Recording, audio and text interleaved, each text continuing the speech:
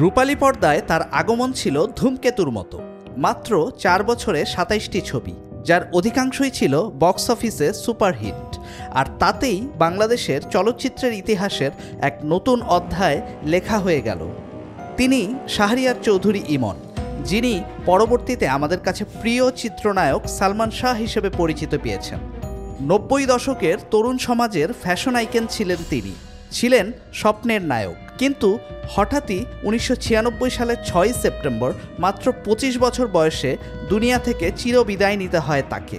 যে মৃত্যুটি ছিল একটি রহস্যজনক প্রস্থান। এই মৃত্যুকে ঘিরে আছে নানা জল্পনা কল্পনা, কিন্তু তার এই রহস্যজনক মৃত্যু ধামাচাপা পড়ে গিয়েছিল অপমৃত্যু মামলা হিসেবে। আর তার 29 বছর পর এক আদালতের নির্দেশে নতুন করে এটিকে আবার সামনে নিয়ে এসেছে। 25 বছর তারা ব্যয় করেছেন যে এই হত্যার আলামত নষ্ট করার জন্য, কিন্তু আজ আদালত যখন আমাদের রায় দিয়েছেন আমাদের পক্ষে যে এটা আসলে একটা হত্যা মামলা, তার মানে এই 25 বছরতে তারা যে সময় ক্ষেপণ করেছেন এবং ভুল রিপোর্ট দিয়েছেন, যে সঠিকভাবে তদন্ত করেন নাই, সেটা আজকে প্রমাণিত হয়েছে। 1993 সালে কেয়ামত থেকে কেয়ামত ছবির মাধ্যমে আবির্ভাব, সুদর্শন, স্টাইলিশ আর স্বতঃস্ফূর্ত অভিনয়, সব মিলিয়ে তিনি ছিলেন এক ভবিষ্যতের মহাতারকা। তার জনপ্রিয়তা এতটাই ছিল যে ইন্ডাস্ট্রিতে তৈরি হয়েছিল সালমান যুগ। কিন্তু সেই স্বপ্নের পথ চলা থমকে গেল 1996 সালের 6 সেপ্টেম্বর সকালে।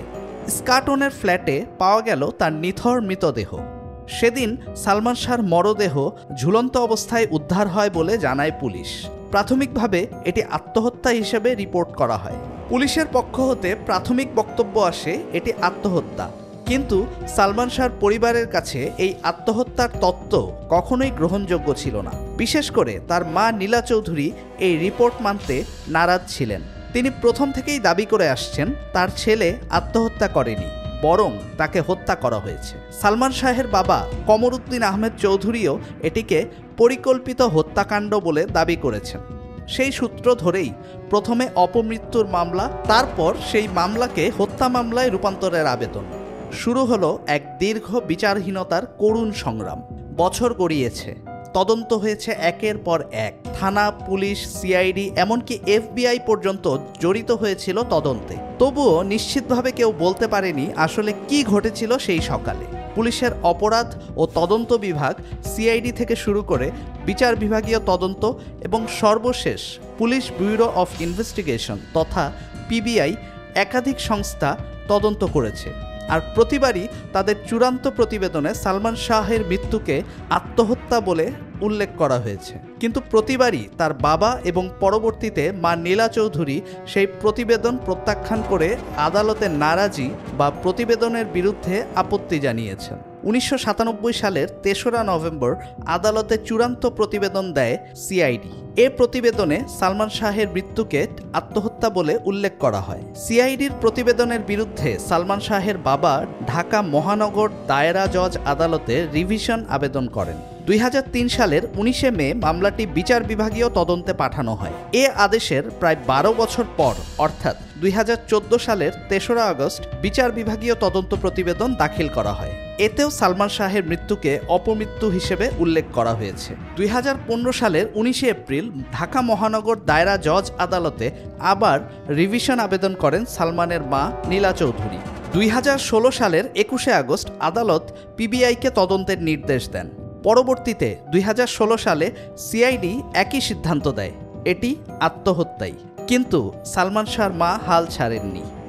তিনি আদালতের শরণাপন্ন হন, বলেন আমার ছেলের মৃত্যুর পেছনে রয়েছে একটি শক্তিশালী চক্র।